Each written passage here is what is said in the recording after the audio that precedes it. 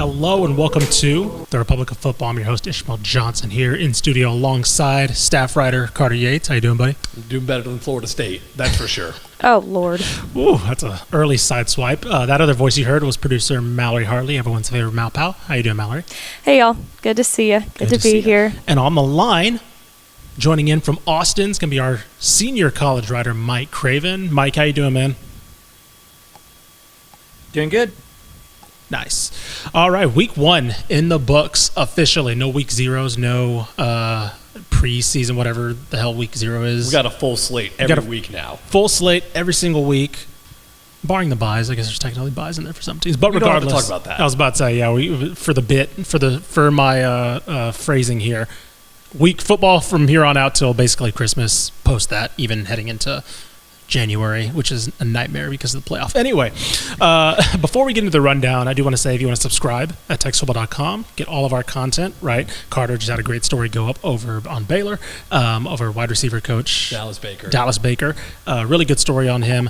Of course, over this weekend, if you paid attention to TexasFootball.com, you saw wide coverage from Carter, Craven, Corey Hogue, everybody from the college football weekend, as well as the high school football weekend, of course, as well.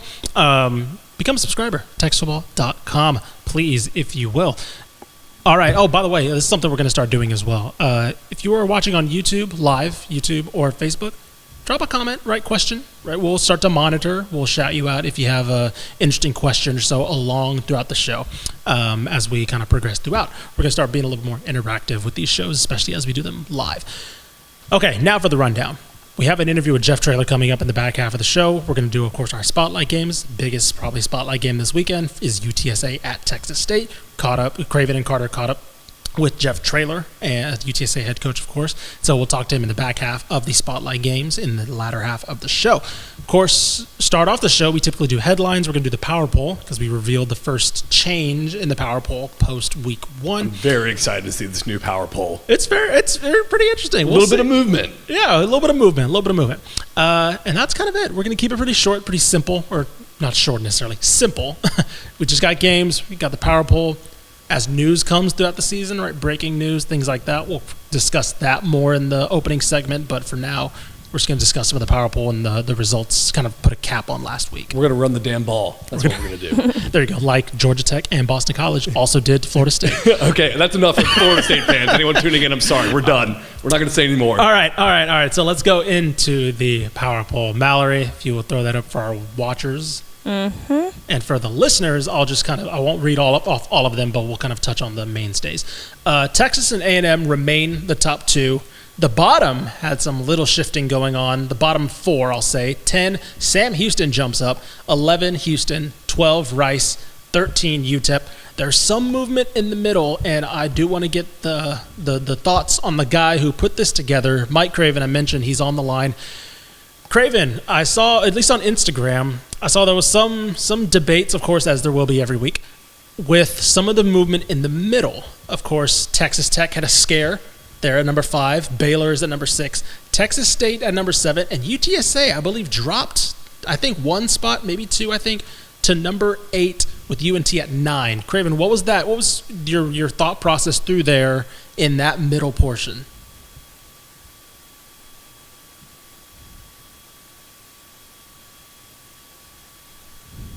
Oh, I think we Oh, did we lose Craven? maybe lost him. Uh-oh. He didn't want to answer for it. I was about to say, he's like, oh God, the comments are getting me. I was about to say, there's one guy that does not give a single care about any of the comments. It's that guy. All right, as Mallory works to get it, me and Carter will discuss a little bit about this. All right, Carter. So there was some discussion about the UTSA, or I guess from North Texas fans, in my opinion, because they're at 9, right? Even though they had a very impressive win, albeit one-sided offensive showcase against South Alabama. They're at 9. A lot of people were like, man, what do we got to do to move up? I mean, my only answer to that was like, keep doing that? I don't know, because they started from a pretty low spot. I think what I respect about Craven's power polls is he doesn't make these massive jumps week to week. Yeah. You got to prove it week in and week out. And look, North Texas, Mallory and I were talking about it before we started recording, Chandler Morris gave Mallory goosebumps the way he was operating the offense. 100%. He was great. He was excellent. That defense did not look changed enough Yeah. for me to be confident that North Texas is going to be a surefire bowl team this year. No, 100%. They forced South Alabama to punt once. I believe the quarterback had like 400-something yards of total offense. It looks the same as last year, where North Texas is at the top of the American Athletic Conference standings in total offense and still at the very bottom in total defense. Sure, I So get that. UTSA, we'll talk about them in a second.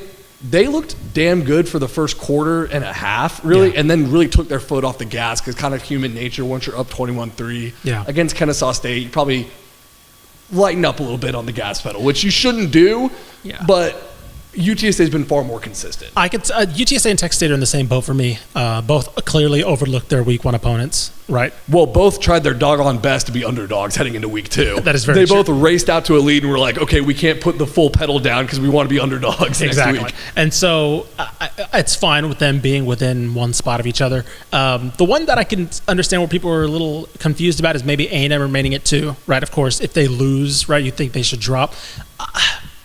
I think Craven mentioned this on Twitter. It would not shock me if even 2-3 weeks from now we come away saying, Texas and A&M are still the best teams in the state, right? Texas obviously had the best and most impressive win, but A&M, Notre Dame could be a playoff team. They could finish undefeated, right? Even though their schedule's bad, but there wasn't a Notre team. Dame. There wasn't a team below Texas A&M that had an impressive enough win to leapfrog them for only losing 23-30. I know this is kind of loser talk right here, but you're hanging with a top 10 team in Mike Elko's first game, college game day there. It wasn't a horrible loss. I know some people had bad performances, a la Connor Wegman that we might talk about later, but the defense looked great. And it was fine. Yeah, I was about to say. They were in striking distance. Again, we're going to look back at that game. One, Notre Dame, I think, is going to look back at that game eventually and be like, that might be our best win of the season, right? Because their schedule's not very hard. And A&M is going to look back at that game and be like, they lost to potentially a top 8 team when the final rankings are done. So, I'm okay with keeping them there. Again, it's they had probably by far the hardest opponent. Yeah, probably by far the hardest opponent of anybody on the schedule.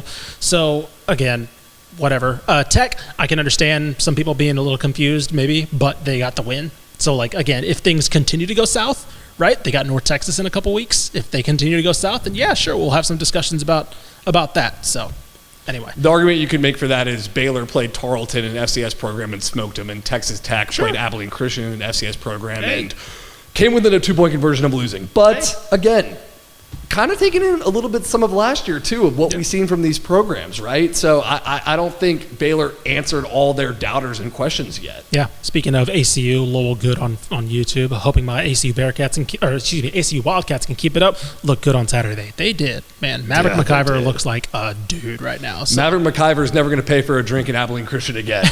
if they drink there. I was about to say, might have to check on some campus rules there. All right. Before we get into the latter half, which is the spotlight games and all that, let's take a quick word from our sponsors, from our friends at Be Well Texas.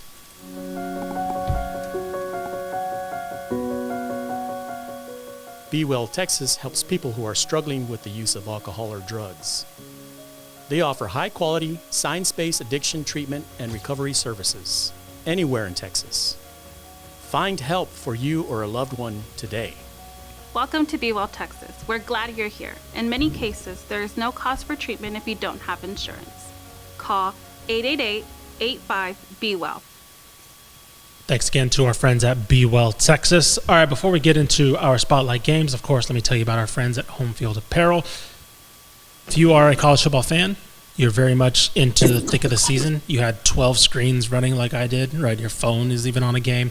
I think I had my laptop, my iPad, my TV. My girlfriend had her friend come over, and I couldn't even acknowledge her because I had so many screens in front of my face. My mom came up to visit, and it was very much like, cool, Mom, I'm working. But meaning that Home Field Apparel has you covered if you are a fan of majority of the teams in the country, in the state, definitely only 2 or so. Texas FBS teams do not have apparel on Home Field, but let's talk about the ones they do have. Lamar, right, gave Texas State a scare this weekend. Houston Christian, I believe they play Houston this weekend, or they play somebody this weekend. Houston Christian just played SMU. They just played SMU, that's right. Did not give them a scare. Did not give them a scare, but they still have merch. SMU has merch. Houston has merch. All these teams, if you want to support your favorite program via Home Field Apparel, some of the best retro gear, use promo code DCTF to get 15% off your first time purchase. If you are watching right there, I always have to look at the program monitor to make sure I'm pointing the right way. Promo code DCTF for 15% off your first time purchase. Again, I dare you to find something of a rival schools that you don't like. There's some really nice stuff. I have to admit, I'm a Texas State grad. There's some great UTSA gear that just dropped. There's some great North Texas gear. I need my Bobcats to get in on this goodness because I don't want to send money to rep other schools when my school should be there. So, homefieldapparel.com, the best retro gear you're going to find as far as college apparel goes. All right, y'all. I mentioned Jeff Traylor's, the interview with Jeff Traylor. He's going to be in the back half of the Spotlight Games, but this is typically where I give the little option pitch to Mallory, our producer, in the other side for the Spotlight Games. All right, y'all. We're going to start off real strong this week, and Craven's actually going to be at this game. So let's get into it. Number 4 Texas traveling to Ann Arbor this Saturday to take on number 9 Michigan in the Big House. Saturday, September 7th at 11 a.m. You can watch it on Fox. Texas coming into this game as 7-point favorites of right now. The over-under is 44.5. And it's funny, Ishni, you and I were at the hashtag sports conference last June or July when this game was announced. Mm-hmm. And at that time, if you would have asked me, is this going to be a good game? I probably would have said no, because this was before we really knew what Texas was going to be last year. And we, experts had Michigan probably winning the national championship, which they, of course, went on to do. Now my perspective of this game has completely flipped. Mm-hmm. And Craven, I'm going to hand it off to you. You're going to actually be at this game.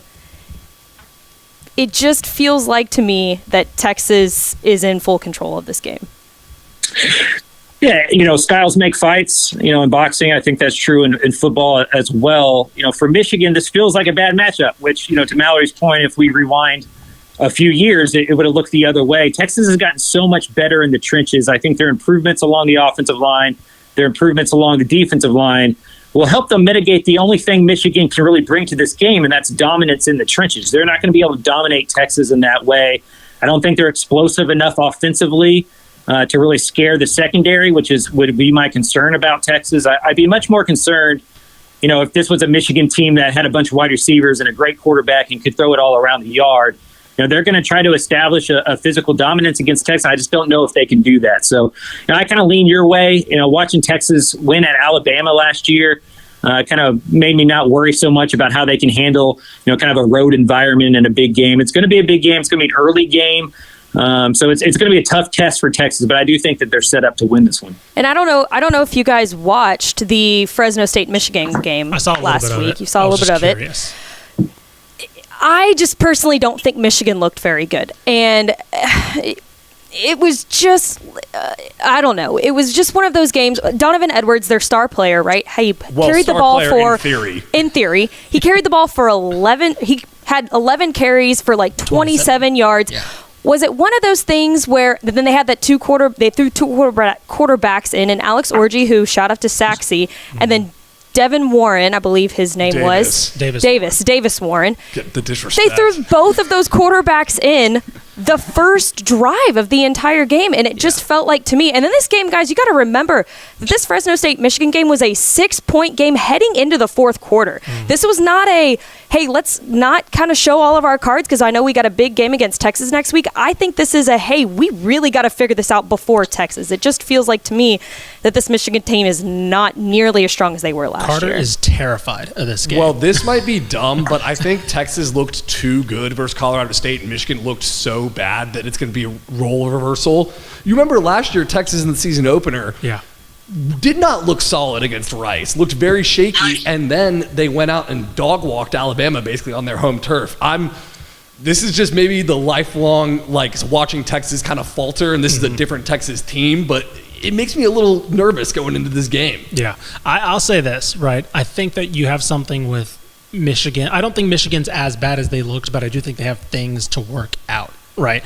I think the 2 quarterback thing, I think a lot of people may have including us, may have thought Alex Orji was kind of the guy. Dude, if you thought Jalen Milroe was bad last year, wait for Alex Orji this week. I think they're just trying to figure out what they want. Like, do they want Alex Orji's mobility? No one clipped that, by the way. Yeah, no, right. Nobody clipped that. Or do they want Davis Warren's steadiness? I don't know, because, like, I was watching the game, and I think Alex on Split Zone Doing mentioned this. It was like, last year we saw J.J. McCarthy, and you were like, oh, are they keeping, like, some safety reins on him? You know, and I think for the most part, yeah. Like, he was just running the offense.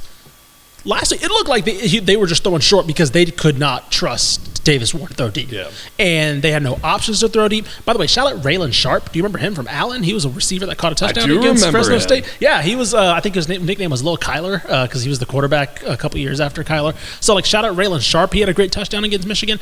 It didn't feel like the Michigan that I'm used to, where it's just like Craven said, dominate the trenches, establish running game, and then build outside of that. Which, of course, with the guys like Blake Corum last year, you would expect Donovan Edwards to be that guy. Be that he step-up guy, yeah.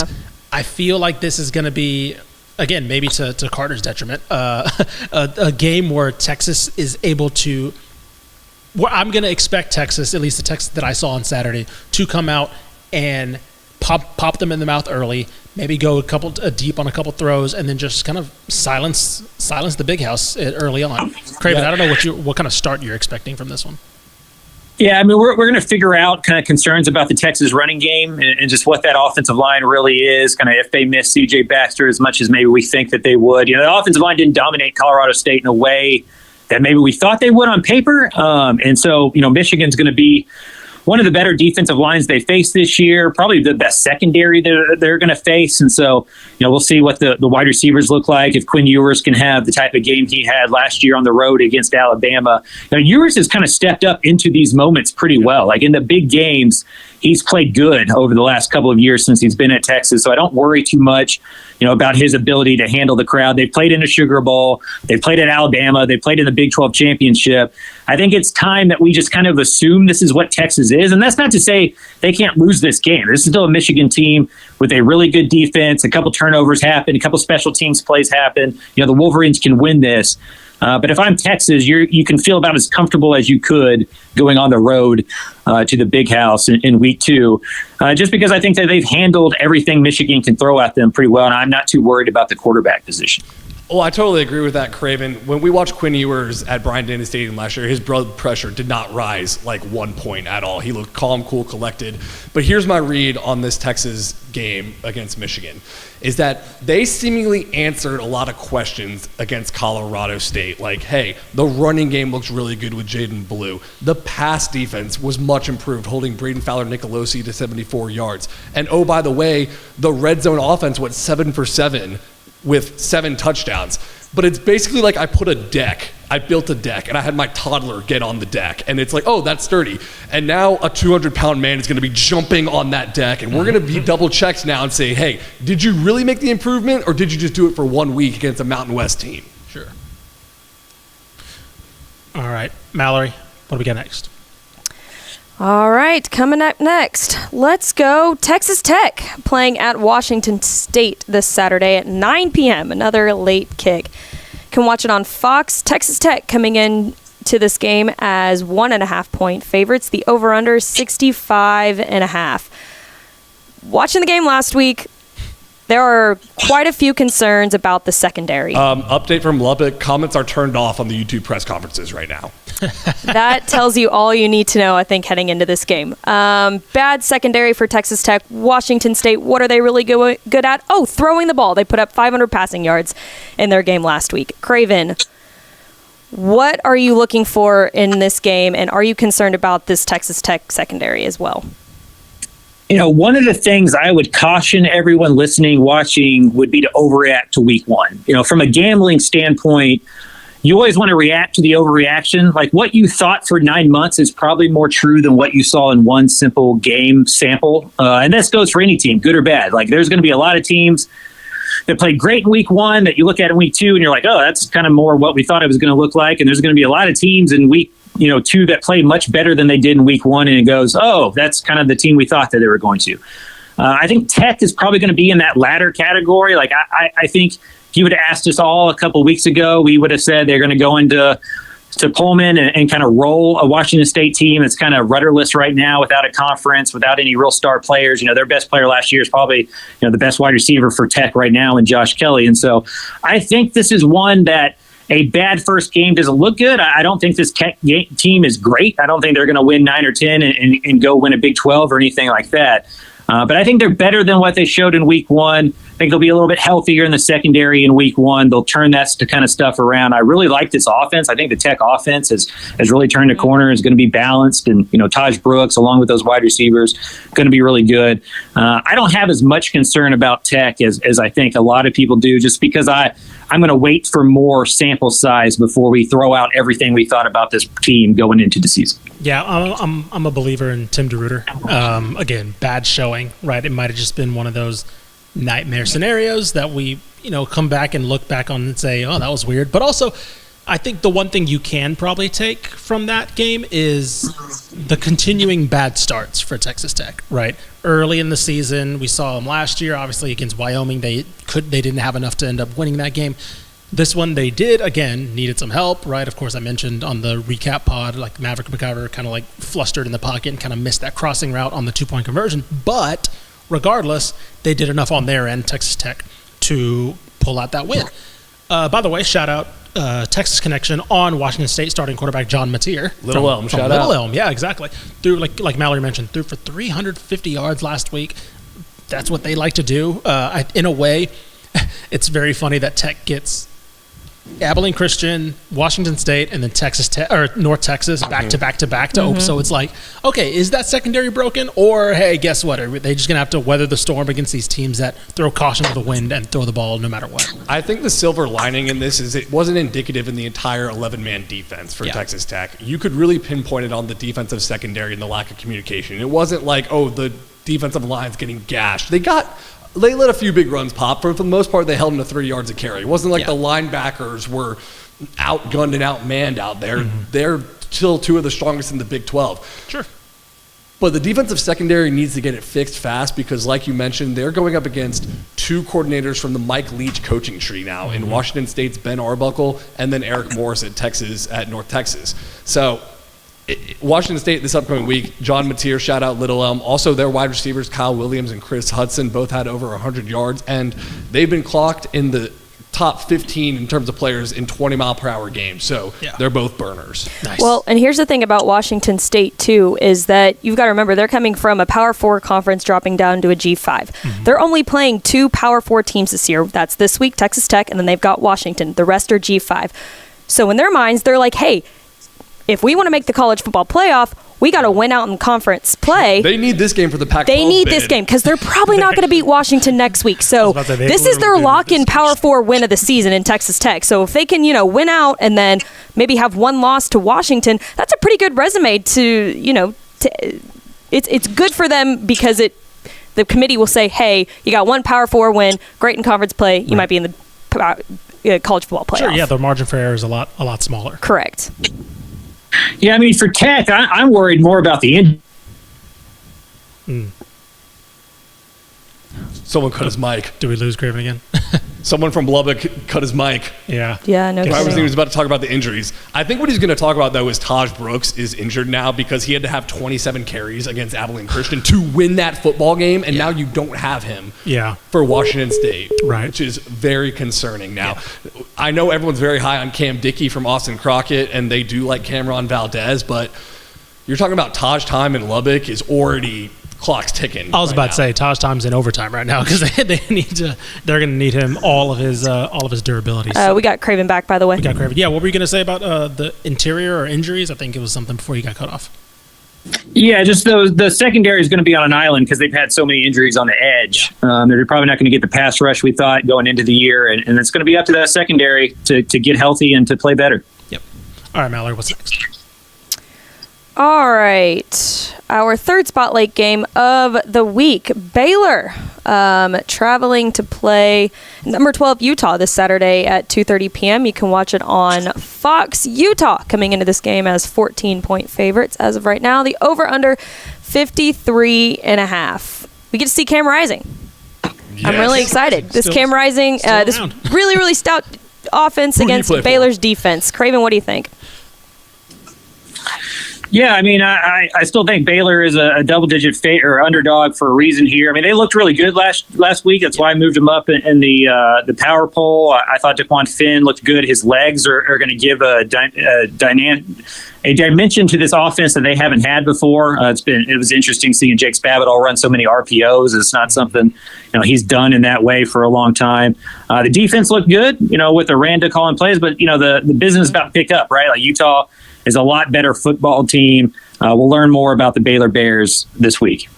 Can we do my favorite segment of the week, Dave Aranda press conference clips? Okay, what we got? This is from Eric Kelly on Twitter. Dave Aranda on being a play caller, defensive play caller. It's like you're a fighter pilot and you've got this jet, but there's people that want to kill you. You get to fly it, but you don't want to die. I feel that all the time. And then later, he says, we're going to have to win some games so that we can be cool enough to hang out with. Well, Dave Aranda, here's a start. You beat Utah, the number 12 team in college football. You're going to have some guys sitting at your table. But it is really the first test for Dave Aranda as defensive play caller because Cam Rising has his football doctorate as a seventh-year senior. Yeah, look, with this Utah team, one of the favorites in the Big 12, it's going to depend on him staying healthy. Obviously, that's kind of been the linchpin, honestly, since he's been there. But looking at Baylor, they did look really good offensively. Of course, it was against Tarleton. But again, this is a Tarleton team that is a ranked FCS team that looked pretty good in week 0. So, it wasn't a bottom feeder FCS team.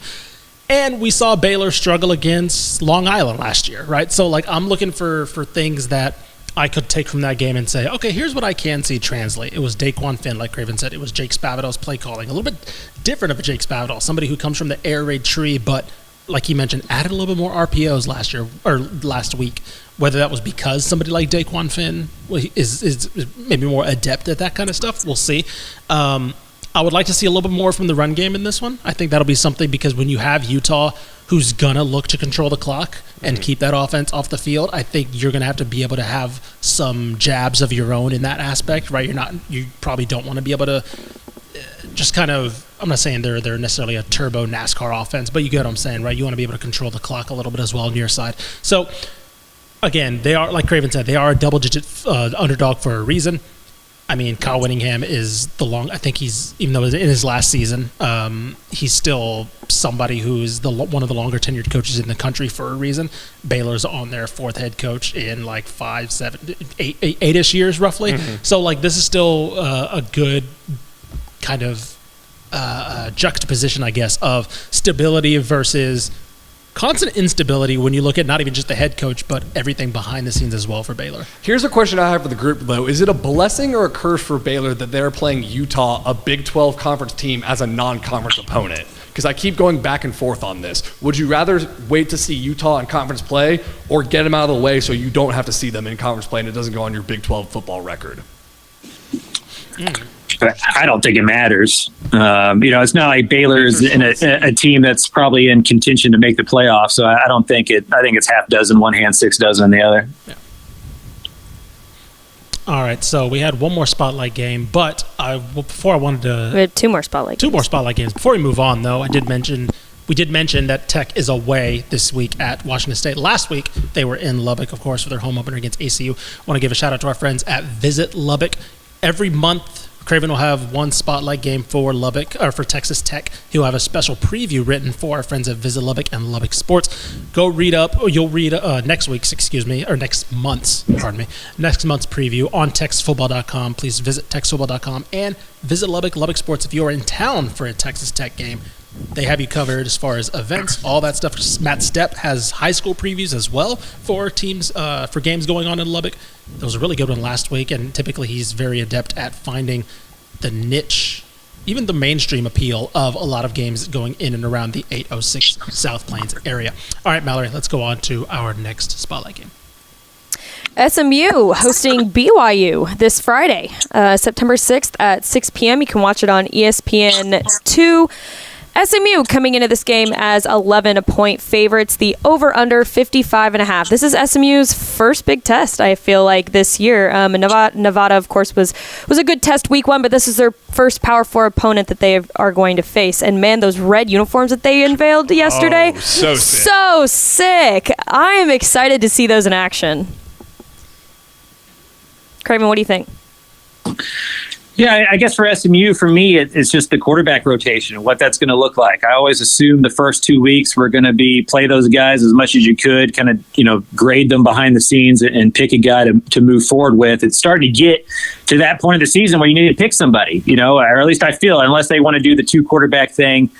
Throughout the year, they got BYU this week and then TCU, then Florida State. And so, this is kind of the meat of the schedule for the Mustangs. They've been better running the football. I thought Brashad Smith has been, one of the better transfer portal additions so far this season for a team in the state.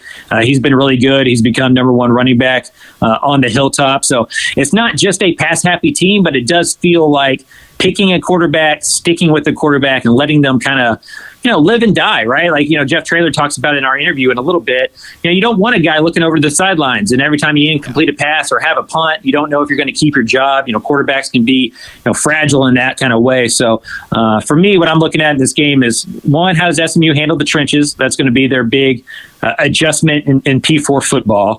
And then secondly, just kind of what does the quarterback rotation look like if there is still a quarterback rotation? Now, Rhett Lashley did say Preston Stone is the starter, but we will see Kevin Jennings playing. What they've seemed to have done in the first 2 weeks is they rotate for the first 2 drives, like Preston Stone gets 2, Kevin Jennings gets 2, and then they kind of pick one to go throughout the game. Mm-hmm. It felt like Kevin Jennings got the nod versus Houston Christian, but of course that's when mostly backups were playing. Yeah. This is your first game against what's going to be 10 consecutive Power 4 opponents. Yeah. So whoever performs better in this game, it feels like they're going to have the leg up for this upcoming season. Yeah, I don't know. I think that in theory, I get what you mean, right? Like, you can't decide a quarterback in one drive, so you give him another one, maybe get in rhythm, and then you kind of, go from there. I just think that Kevin, I think the phrasing better would be, or maybe in practice, it would better be phrased as, I should say, Kevin Jennings could be prepared to play, right? Like, you go in with Preston Stone, give him a good couple drives, and if it's like 3 and out, hey, okay, then maybe you do something. But like, as we saw in week 1 against Nevada, it's like Kevin Jennings went down and scored, and then we didn't see him again, right? And it was like, I was like, okay, well, what's the rhythm there? What is exactly the thought process behind that? I feel like they think that Preston Stone is the guy. But I think I don't know if they're afraid of just outright saying it, or the fact that they don't want maybe they do find something interesting that Kevin Jennings does that they don't want to eliminate from the offense. I don't know, but it does feel like, he started, right? Preston Stone has started these games. Both games. And they said he earned the right to be the starter for the first 2 drives. Right, exactly. And so it's like, okay, well, then name him the starter. Because if it's another Nevada game, another start to the game like Nevada, okay, BYU is good enough to just potentially run away with that game, right? So that's where I'm a little confused on. I think, to Craven's point, I think a lot of the other questions I had were answered, and obviously it's Houston Christian, so, take a grain of salt, but regardless, they cleaned up a lot. The running game was better, obviously the defense was a lot better, but it's still that one thing that could grow into a bigger thing if it... Also, when's the point where they stop, right? Is it week 5 where it's just like, okay, cool, Preston Stone? Or is it just like something that they just keep kind of going through until... Well, at this point, they can keep rotating quarterbacks through Florida State. Okay, that's the last one, I swear. I'm done after this one. And the other thing about this is, SMU hasn't beat a P4 opponent outside of TCU in a long time. That's a good right. Like, they haven't won these football games. Beating BYU, I think, would get that kind of monkey off their back and kind of allow some confidence to kind of flow through this football team going into the TCU, Florida State, Louisville trio. Yeah, they haven't won a home game against a Power 4 opponent since 2010. God, that's crazy. Jeez. You're about to see 5 of them. All right, so... Yeah, I don't know, man. That one's going to be very interesting to see, just because I don't know how much they can keep the yo-yo. Man, I think whoever you see in the stretch run of this game when it's nut-cutting time is going to be the guy. Yeah, no, I feel like that's the way. Anyway, whatever. We can go on. We can have a whole podcast. Yeah, we're on a circle right now. The confusing brain pretzel quarterback battle. All right, Mallory, we have one more spotlight game, but before we get to it, we had an interview with UTSA head coach. Sorry, you're making a face at me. We had an interview with UTSA head coach Jeff Traylor before we get into this last spotlight game. Mike Craven here, Carter Yates, Republic of Football, joined by UTSA head coach Jeff Traylor. Coach, how you doing heading into week 2?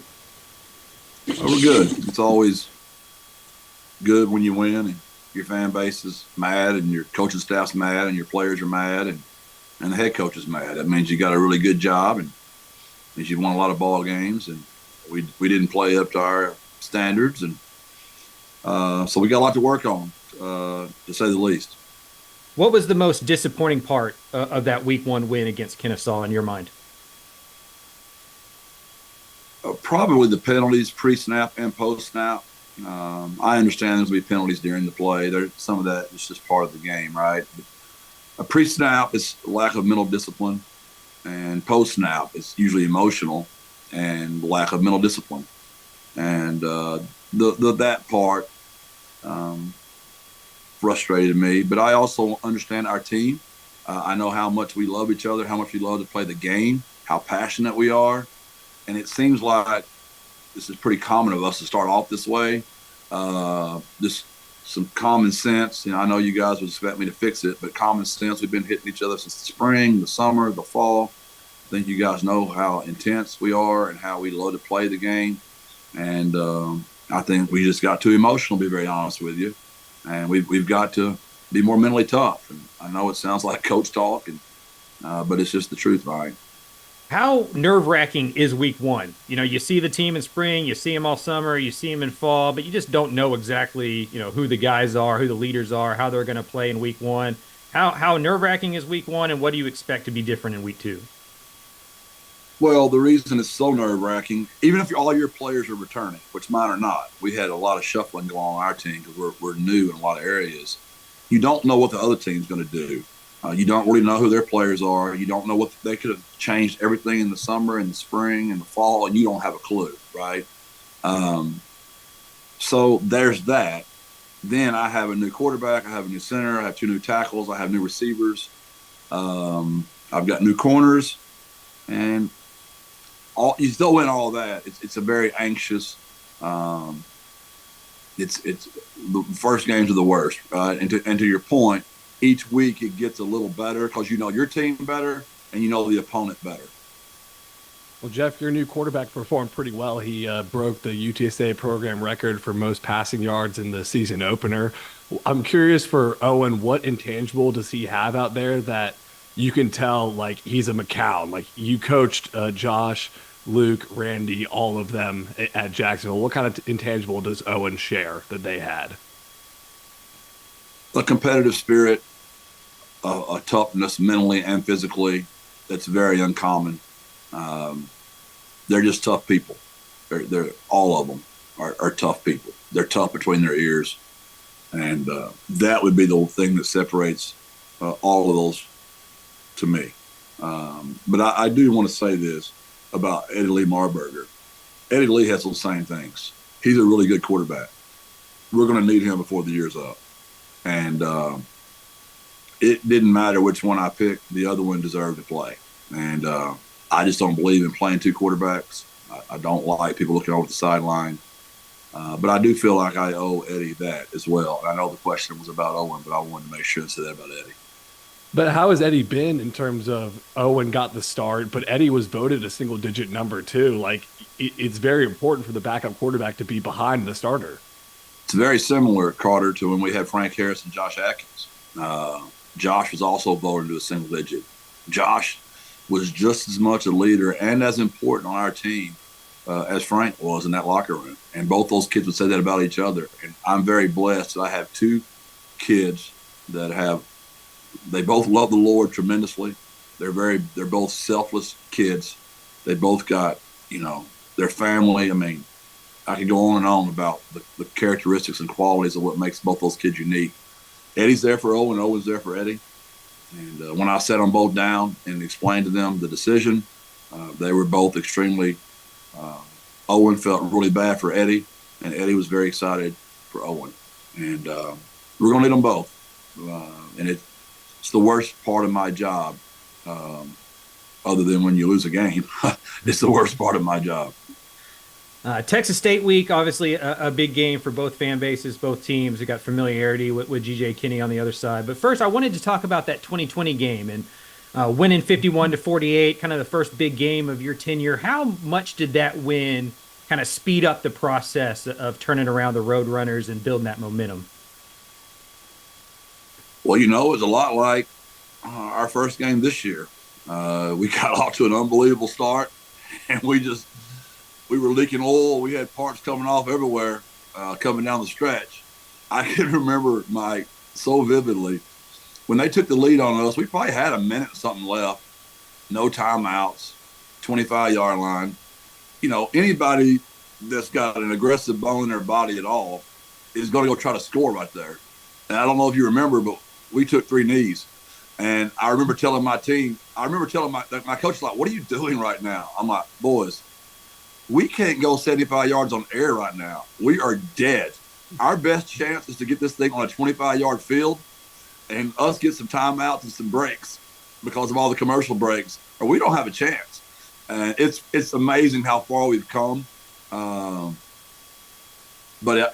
it's similar to this last game we just played.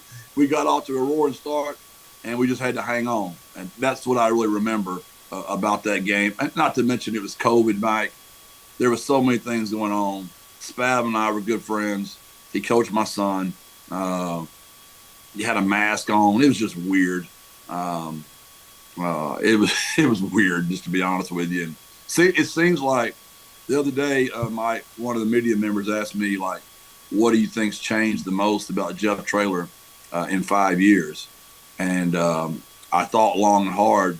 Then I said, well, honestly, I look like Obama or Clinton when they went through, or the Bushes when they went through their 2 terms. I've aged drastically in these 5 years.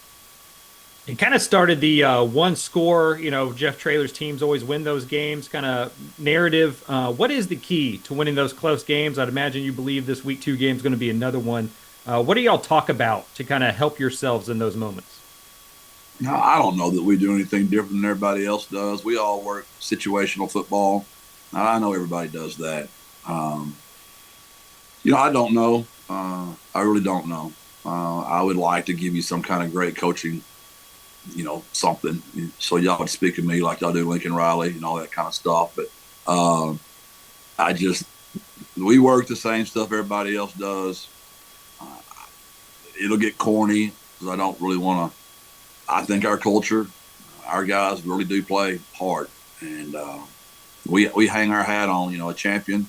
I mean, GJ knows the same stuff. He's coached by me. GJ probably uses the same quote. I mean, a champion has the ability to play one play longer than his opponents. And the better the team, the better the opponent, the longer they're going to last. Can we go one play longer? And we've just gone one play longer a lot. Statistically, we're up there towards the top of the teams that have played the most. Statistically, we've won. It's astronomical how many we've won. But dadgum, Mike, those ones we lost still hurt drastically bad. Jeff, you coached GJ in high school. GJ was in your son's wedding. Like, how hard is it for you going up against a guy who you said's like a son to you this week 2? The worst, honestly. We're so similar. It's crazy how eerily similar GJ and I are. We both love people. We both love our players. I could go on and on about the similarities. Offensive style, I used to be just like him when I was younger like him. We played fast as heck. We threw it all over the yard. And I miss those days, honestly. I've gotten older and wiser, in my opinion, and we've kind of slowed down some things. We do things a little bit differently than I used to when I was younger. But it's almost looking at it like a spitting image of myself. Back when I had a flat belly and hair, and I was maybe as handsome as GJ is. I know GJ likes to talk about the back when he played quarterback and he used to spin around the yard. I'm curious for you as his coach, where does he rank among all the quarterbacks you've coached? Where are you putting GJ Kinney at? I just wish I'd have had him longer. His dad got that Baylor job. His dad had just gotten shot. And so I only got to have him for that 1 year. I really would have loved to have had him longer. I don't know how you could describe one that's better than him. Now, I had some unbelievable ones. His brother, McLean Carter. This is a funny story, Carter. I used to tell McLean all the time, there's nothing you're going to be able to do to outdo your brother. There's only one thing out there your brother's not done. This is when McLean's in the 6th grade or 7th. I said, winning a state championship is the only thing your brother's not done. And McLean, my very last game at Gilmer, that was GJ's brother, McLean, that won me that state championship. That's another really cool story. He was very strong. He was very physical. The players loved him. That was one of my toughest teams I had to coach at Gilmer. It was a tough team to handle. And those kids loved GJ. And it's one of my most painful losses is not getting that kid a state championship.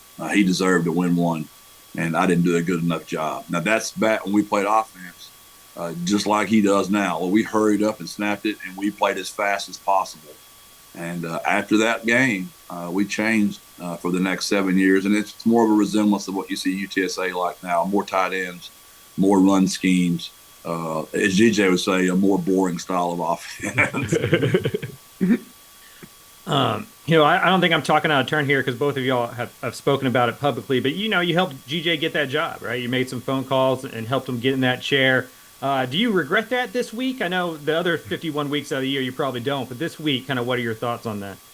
I had a flashback, and I know I'm getting really old. I have all these stories now, but I remember when Carthage called me about Scott Surratt, and Scott was one of my very best friends. I was a coordinator at Texas High, and I remember telling the superintendent, like, these words I'm fixing to give you are going to really haunt me at Gilmer, Texas.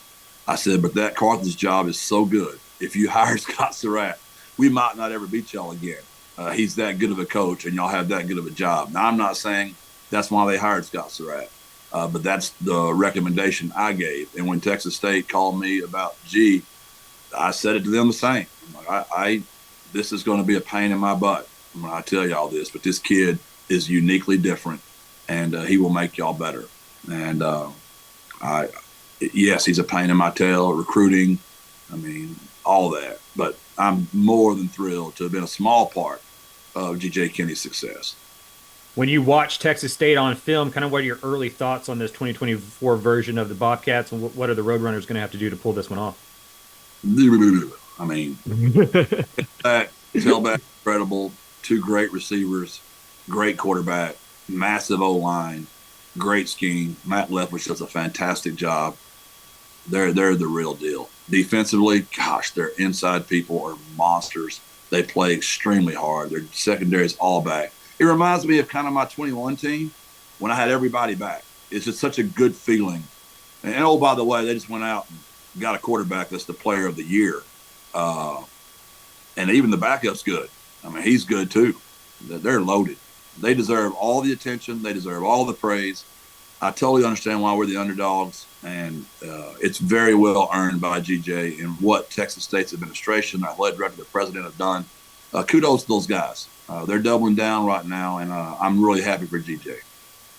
Well, I know it gives you headaches, but it makes it a lot of fun for the fans. And it's two regional teams in a sport that's becoming increasingly national, Texas State, UTSA.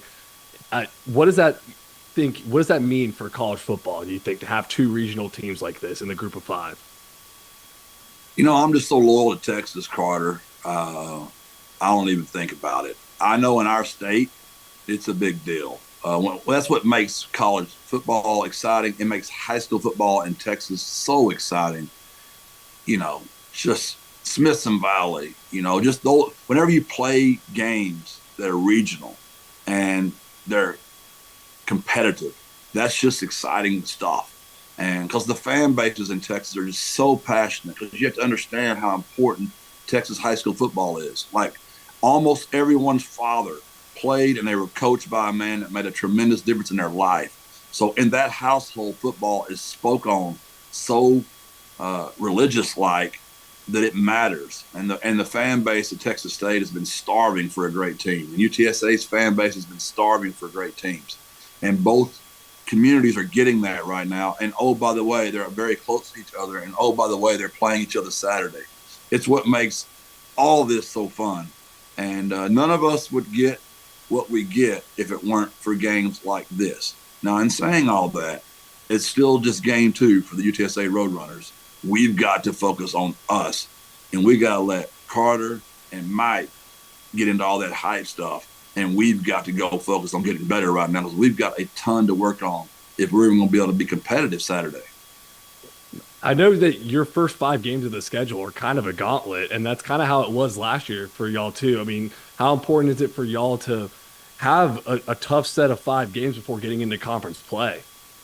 Well, even when I was the head coach at Gilmer, I was also the athletic director, and I used to make jokes all the time because our schedule was so tough. The AD must be trying to get the head football coach fired.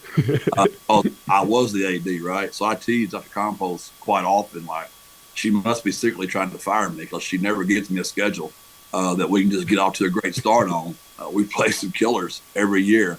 It does make us better in October and November and December, but we just got to somehow survive September. Kennesaw, like I told y'all, is going to be way closer than everybody wanted it to be. He did a great job coaching that team. They gave us all we could handle. We've got 16 kids in the injury report this morning, and whoever's out there Saturday, we'll play with those guys. Texas State's going to be extremely physical. It's going to be a hot game, and it's going to be a literal war. Not to make that sound too drastic, but it's going to be a tough game. I've talked to Coach McGuire at Texas Tech about this too, but it kind of strikes me that the way y'all used to have to coach was to ramp up for the playoffs, and now with the 12-team playoff and the expansion and the G5 champion, like every single game of this matters. Have you had to change the way that you kind of approach coaching? That the second game matters the same as the 8th game as the 10th game, or has it stayed the same for you? Oh, it's a fine line. We've made some adjustments, no doubt, Mike. But it's still a fine line, to your point. We're basically especially in our situation, Joey could afford to probably lose one and get in if he were to win the Big 12. I don't have that luxury. We've got to be darn near perfect or we're not going to get in. So that makes our situation, GJ's situation, a little bit different.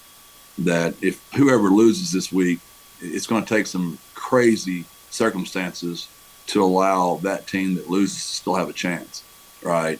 So it is what it is. We're literally in a playoff scenario. We won week 1, so we both advanced. So week 2's up. Can we advance again? Now, you're an offensive guy by trade. Everybody likes to talk about offense, Frank Harris not being gone, the quarterback position. But it strikes me that this team is going to be pretty oriented on defense. The defensive unit's going to be strong this year. Kind of what did you see from that unit? What do they need this week against how you mentioned, a high-powered Texas State offense? Well, you've been doing this for a long time, Mike. A lot of this is just common sense, and we want to make it other things, and it's really not that complicated. We've got a lot of guys back on defense. Those guys have been playing for a long time. They've been really good for a long time. Our offense lost a ton of players. We lost a ton of production. Common sense would say we're going to have to probably get carried by our defense for a little while until our offense can get up to speed. And I know nobody wants to hear that, but it's just good common sense. And you know what Benjamin Franklin says about common sense. It ain't so common. Jeff, we appreciate you coming on to the Public Football Podcast. Looking forward to what we think is probably the best regional matchup that we've got of the year coming up in Texas State UTSA. I know, let the media do all the hype, and it's just week 2 for the UTSA Roadrunners, but appreciate you coming on, Coach. Thanks, Coach. Well, we're excited. It's what makes football fun, and appreciate you guys having me on. You guys, what y'all do for Texas is very important to all of us, and we're grateful for y'all's coverage, and anything we can ever do in San Antonio to help you guys, we're here to help. So thank y'all. God bless. Birds up. Appreciate you, Coach. Thanks again to UTSA head coach Jeff Traylor, and thanks again for taking the time to join us before a really, really busy week. And let's go ahead and get into it. Our last spotlight game, UTSA traveling to play Texas State this Saturday at 3 p.m. You can watch it on ESPNU. Texas State heading into this game as 2-point favorites. The over-under, it's going to be points. He's 61.5. It's the Fighting Mike Cravens versus the Fighting Ishmael Johnsons. Craven, I am still really disappointed. How dare you choose Michigan, Texas over what feels like Texas's Super Bowl in Texas State and UTSA? Yeah, I'm going to have some FOMO come 3 p.m. On Saturday. I've already planned to just kind of stay in the Big House press box and just kind of watch that by myself, which is probably the best way to do it. I saw a crazy stat today floating around on Twitter. UTSA and Texas State have played 20 quarters and 2 overtime periods. Texas State has led for a total of 25 seconds in that time. And so this has been a one-sided rivalry, if we call it that right now.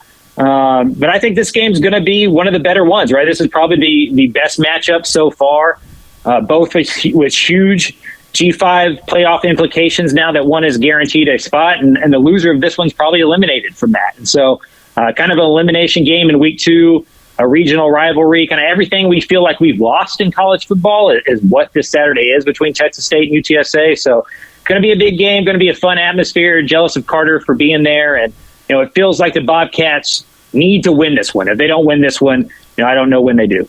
Yeah, Texas State fans, I will be on site at San Marcos, so if you got a tailgating spot, please reach out to me on my Twitter DMs. So jealous.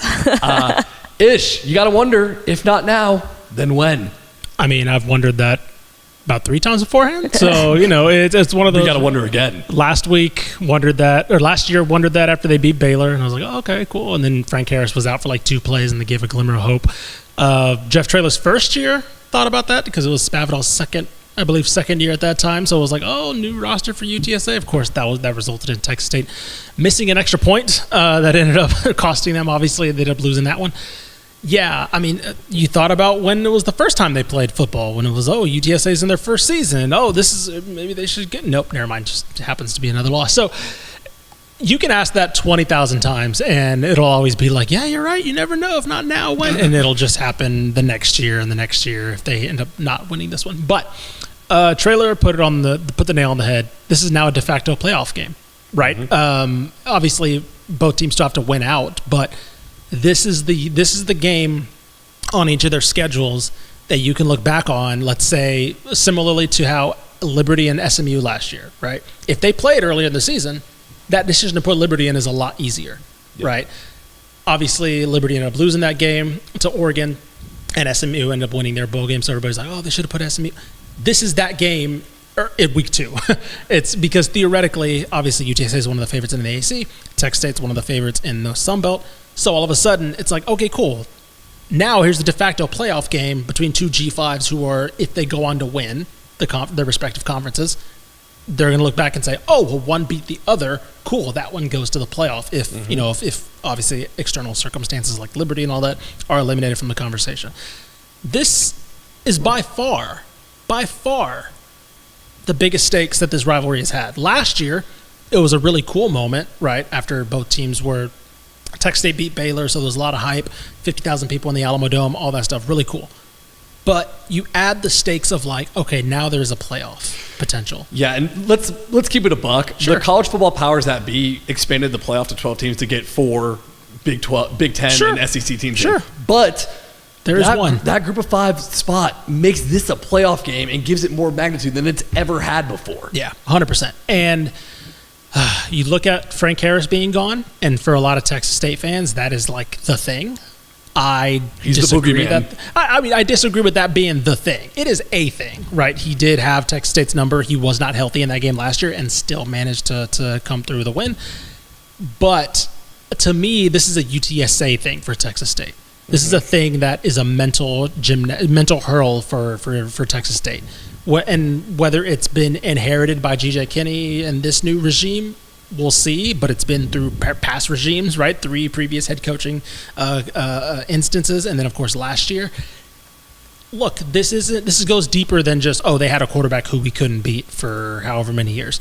This goes to, I've mentioned this before with Texas State's bugaboo in terms of just like success in general, yeah, right? Generational trauma. Exactly, generational trauma. But now this is like targeted, right? This is like, okay, that's the guy that gave me some of this trauma. You're looking at the bully in high school being like, that's him right there. Is like 20 years later, it's like, oh, you have your first 6-figure job and all that, but then all of a sudden you see him walking by the street, you're like, there he is. And then all of a sudden you're 8 years old getting stuffed in a locker all over again. So okay. Yeah, I don't know. Craven, go ahead. Let me ask Craven something. Where do you think Texas State has an advantage over UTSA? I think it's the skill position, but I also think the Texas State defensive line on the edges with Ben Bell, Toonmees, Adeli. I did not say that right. I just say Toonmees. Toonmees. And Stephen Parker. Michigan State alum. Not alum. Distinguished career. UTSA, they felt great about their offensive line coming in, but they were getting eaten alive by some Kennesaw State defensive stunts in that game, in the first game. Where do you think Texas State can take advantage of UTSA? Yeah, I thought it was interesting in the interview. You can tell Traylor is trying to shift the focus to Texas State being a clear favorite, right? Like, hey, they got everything going on. They got all these playmakers. Look at that defensive line. G.J. Kinney's a stud. Like, we are underdogs for a reason. I feel like that's an interesting way to go about it, considering kind of what these programs have been the last couple of years. But I do think Texas State has better playmakers. Like, UTSA doesn't have an Ishmati. UTSA doesn't have a Joey Herbert. And if you go on the other side of the ball, UTSA doesn't have a Ben Bell, right? Like, they don't have a Caleb Culp in the backfield, in the secondary. And so I do think Texas State has the player-by-player advantage, at least at the top end of the rosters. I still think UTSA's roster is deeper. Yeah. Like, I like number 30 through number 60 on UTSA's roster more than I like number 30 through number 60 on Texas State's roster. And these coaches know each other so well. They know what the other guy wants to do so much that we saw last year kind of got an ugly game, right? It was like, 20-13 or something like that. So it wasn't Frank Harris that beat Texas State last year. It was Texas State's inability to go score points because their offensive line couldn't handle the front seven of UTSA, either in run game or in pass pro. They got into a lot of third down and long situations. So to me, this comes down to a very simple concept here. Which offensive line blocks the other defensive line better, and which team makes the fewer mistakes? Texas State had a lot of penalties last week. Yep. Both teams kind of went into a shell late in the game and kind of let the competition come back to them. I'm not too worried about that. They know the Super Bowl is coming up week 2, and it's just human nature to look forward to. But the team that plays cleaner, that has less mistakes, whether that be penalties or turnovers, and quite frankly, the team that just blocks up the other one is going to win this football game. Yep. All right, that's all I got, man. I'm very nervous for this game because, like you mentioned, it is over, and it's starting to get to that point where it's like, hey, no matter how good Texas State is, you got to eventually just got to do it, man. It's a huge week for alma maters. Did y'all catch what I did, by the way? Say it again. Did y'all catch what I did? I moved Texas State above UTSA in the power poll. Yeah, no, I was very mad about that. Texas State's favored by 2. They got more talent at the top end of their roster. Just setting this table up for what happens Saturday about 7 p.m. on Twitter if this thing goes the other way. Narratives over here. You're gonna be like, you're gonna move UTSA a spot ahead and be like, look at that, the underdog does it again. The puppeteer. The grandmaster. Getting in your head. Anyway, I'm not going to have a great time watching this game at all. All right, that does it for our Spotlight Games. Mallory, let's take it to the rapid fire. All right, y'all. Starting off with the lightning round. Sorry. Number 20, Texas A&M taking on McNeese this Saturday at 11:45 a.m. You can watch it on SEC Network. Craven, I'm going to send this one to you. It kind of just feels like a get-right game for Texas A&M. Maybe kind of figure out what's going on with Connor Wegman, and then maybe figure out what's going on with this offensive line since their starting center is out for the season. Yeah, this is a Connor Wigman get-right game. Like, I think on paper it looks like one that you should just run the ball down the other team's throat and establish the run game and just dominate. But I think it's a confidence builder for the passing game. The quarterback wasn't very good. I don't think the wide receivers were all that good either. So for A&M, this is a opportunity to build some confidence, build some rhythm, get that passing game going, and then head on to Florida in week 3 with a little bit more confidence. TCU hosting Long Island this Saturday at 7 p.m. You may remember Long Island from last year because that is one of the only teams that Baylor beat. And you can watch it on ESPN Plus. I said ish. Ish, this one's coming to you. What do you want to see from Baylor this week? TCU. Freudian slip. Because I know. Had the scare last year against them. Look, I want to see more of the same, right? I want to see maybe a little bit more defensive dominance. Obviously, when there was that one drive against Stanford where they just said, hey, just throw it to Iomanor like every play this drive. But outside of that, they did pretty decently against Stanford. So I'm going to say more of the same on offense because I thought the offense was pretty good for the most part. Josh Hoover showed why Sonny Dykes bet the farm on him. But maybe a little more defensive plays. I would like to see that score in the single digits, right? 10 or below 10. We'll see. Obviously, games get late and they get some garbage time points. We'll see. But more of the same from TCU. I liked what I saw against Stanford. Houston traveling to Norman this Saturday at 6:45, taking on number 16, Oklahoma. Yikes. You can watch it on SEC Network if you're an Oklahoma fan. Houston, don't even worry about it. Oklahoma coming into this game as 29.5-point favorites. The over-under 52.5. Carter, What can we see anything from Houston? Is it time to hit the panic button? Is the season over? What's up with Houston? I have smashed the panic button on Houston right now. Going into this Oklahoma game, I just want to see some downfield passing. I believe at one point Donovan Smith was 5 of 7 for 16 yards. I want to see Latrell McCutcheon revenge game at Houston, maybe. So the cornerback who used to play at Oklahoma, he's not going to be able to do it himself. Hunker down. Hunker down. I love it. North Texas hosting SFA this Saturday at 6:30 p.m. You can watch it on ESPN+. I'll actually take this one because I will be there at this game. I'm going to give this one to myself. Liked what I saw from the offense. Obviously, Chandler Morris last week. I'd like to see maybe more of an identity in the run game.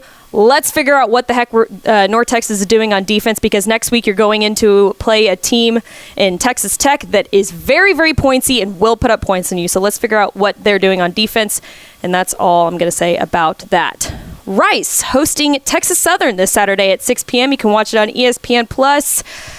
Craven, is this a get-right game for Rice? It better be. They need this one, just to get that sour taste out of last week. I went back and rewatched that game on Sunday because I'm a psychopath. Once it was past the first quarter, it was a pretty even game, right? I think more of week one between Sam Houston and Rice was about Sam Houston's improvement than Rice's step backwards. They were down 17-0 before they really got into the game. So to me, this is an Owls get-right game. Dean Connors has a big game. Defense gets it going. We'll see what they are in week 3. Sam Houston traveling to play UCF this Saturday at 5:30 p.m. You can watch it on ESPN+. UCF coming in as 21-point favorites. The over-under 58.5-ish. Is this, hey, enjoy your win by Rice for Sam Houston. Maybe show a little bit what you got on offense with Skylar Cassidy leading there. But, hey, is it a just stay healthy for Sam Houston? I mean, I'll give them a little bit more respect than that. I think UCF did look really good in their first game, don't get me wrong. But I will give this defense for Sam a little bit more credit. I think they'll be able to make an interesting game for a period, right? I do think eventually UCF's run game is going to absolutely just roll in this. This is what Gus Malzahn wants to do. It's what KJ Jefferson loves to do. Yes, third, fourth quarter, as we've talked about, the bodies will start to wear down, things like that. But I want this to be a close game after one. Right, if this is within a touchdown, if this is tied, if Sam Houston maybe has a lead at the end of the first quarter, I think that's something that's within their realm of possibility, within the realm of playability. I liked what I saw from Hunter Watson. Let's just keep the good things going. I think good vibes can come from this game regardless of whether or not they lose. All right, Carter, round us out. UTEP hosting Southern Utah this Saturday at 8 p.m. You can watch it on ESPN+. Is this a get-right game for UTEP? UTEP, you better get your picks up because it's a must-win, not a get-right game. This is a must-win, absolutely. FCS Southern Utah right now is – look, Scotty Walden comes from the FCS ranks. He's not overlooking Southern Utah at all. But in the home opener, after this, you got Liberty, who's the conference favorite, Colorado State, Sam Houston. If you don't win this game, I can't see the next win for another couple weeks now. So must-win stamp right now. There you go. And that rounds out the Week 2 slate for all of you viewers. I'll go ahead and throw up the Week 2 slate graphic. If you want to see more of this, you can, I believe it's going to be posted on Facebook and Twitter and Instagram. Yes, so if this is not enough time for you to see this, you can absolutely find this on our pages. But really fun Week 2 slate. I'm really jealous I'm not at the big house with you, Craven, watching that game. It'll be fun for sure.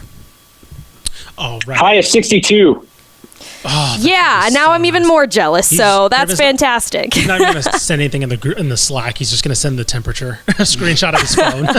Please send us pictures. Correct. I'm interested. Alrighty. So that'll do it for us this week. Please, first of all, thank you if you listened to the recap episode Sunday that me and Carter did Saturday night, went up Sunday morning. So we'll try to do, again, we'll gauge how the nights go, how the week slates go, and we'll either do that every night or every early Sunday morning to make sure you have that in time, especially as the NFL starts up pretty soon this weekend, right, if I'm not mistaken? Yes, sir. Jeez. All right. With that being said, that'll do it for us. Please rate, subscribe, all that stuff. If you watched, thank you for watching. If you're listening, thank you for listening. Mike Elko, please give us a call. Go Rutgers and buy Craven's book, Dave Campbell's Guide to Texas College Football.